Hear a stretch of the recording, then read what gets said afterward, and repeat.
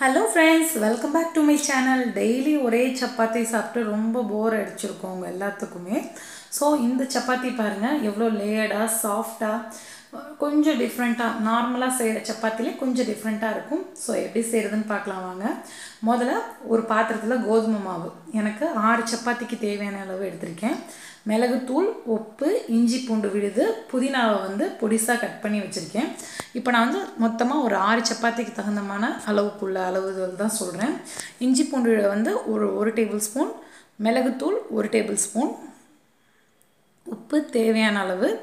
நான் அதில் எண்ணெய்லாம் ஊற்றலை, வெறும் தண்ணி ஊற்றி தான் பிசைகிறேன். கொஞ்சம் கொஞ்சமாக தண்ணி ஊற்றி பிசையலாம்.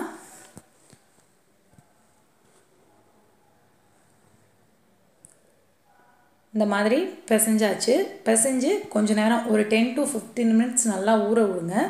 ஸோ ஊற விட்டுட்டு செஞ்சிங்கன்னா நல்லா சாஃப்டாக வரும், லேடாகவும் இருக்கும். இப்போது ஊறினதை நம்ம அப்படியே நமக்கு தேவையான சைஸில் டிவைட் பண்ணி எடுத்துக்கலாம்.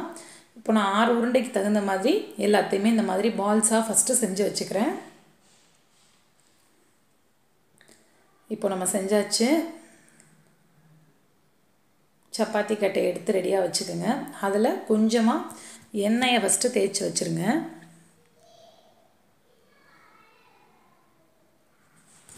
முதல்ல சப்பாத்தி மாவை எடுத்து வச்சு நீங்கள் ரவுண்ட் ஷேப்லேயும் இது செய்யலாம். இல்லை உங்களுக்கு இன்னும் கொஞ்சம் டிஃப்ரெண்ட்டாக வேணும்னா நான் செய்கிற மெத்தடை ஃபாலோ பண்ணுங்கள். ரொம்ப சப்பாத்தி சாஃப்டாகவும் நாள் ஃபுல்லுக்கவே உங்களுக்கு நல்லா ஒரு அப்படியே எப்படி சொல்கிறது, ரொம்ப பஞ்சு போல் இருக்கும்.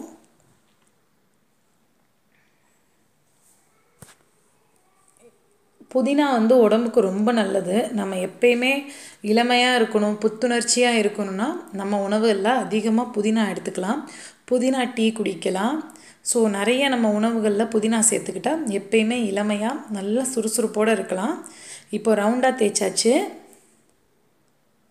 இந்த கோதுமை மாவில் இந்த புதினா சேர்க்குறது ஒரு வித்தியாசமான சுவையும் வாசனையும் தரும். முதல்ல சப்பாத்தி ரவுண்டாக தேய்ச்சதுக்கப்புறம் ஒன்று மேலே ஒன்று எடுத்து போட்டு அதுக்கப்புறம் இந்த மாதிரி மடக்கிடணும்.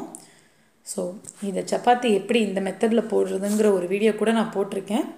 டிஸ்கிரிப்ஷனில் லிங்க் தரேன், செக் பண்ணி பாருங்கள். இப்போ நம்ம தேய்ச்சாச்சு. இது நல்லா ஒரு ஸ்கொயர் ஷேப்பில் வரும். ஃபஸ்ட்டு ரவுண்டாக தேய்ச்சி அதை ரெண்டாக மடக்கிட்டு திருப்பி அதையும் மடக்கினதுக்கப்புறம் இந்த மாதிரி ஸ்கொயர் ஷேப்பில் நமக்கு கிடைக்கும். இதை நான் இப்போ பண்ண போகிறேன். நீங்கள் இதற்கு ஆயிலோட பட்டர் அல்லது நெய், ஆயிலை விட பட்டர் அல்லது நெய் போட்டிங்கன்னா ரொம்ப டேஸ்ட்டாக இருக்கும். நான் நெய் தான் போட்டிருக்கேன், ஒரு 1/2 டேபிள் ஸ்பூன் அளவு தான் போட்டிருக்கேன்.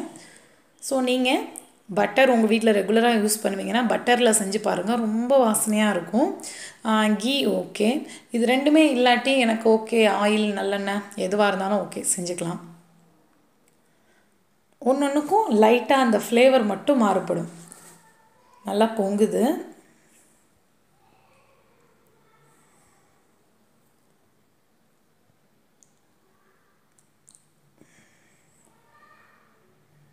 இப்போது 2 பக்கத்துமே நல்லா நமக்கு செவந்துருச்சு.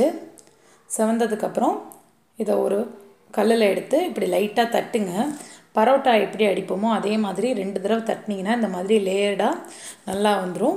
ஸோ இன்னும் பல எளிமையான குறிப்புகளுக்கு நம்மளோட சேனல் buds2bloom மறக்காமல் சப்ஸ்கிரைப் பண்ணிக்கோங்க. கூடவே பக்கத்தில் இருக்க பெல் ஐக்கானை கிளிக் பண்ணிங்கன்னா நம்ம அப்டேட்ஸ் உடனுக்குடன் வரும்.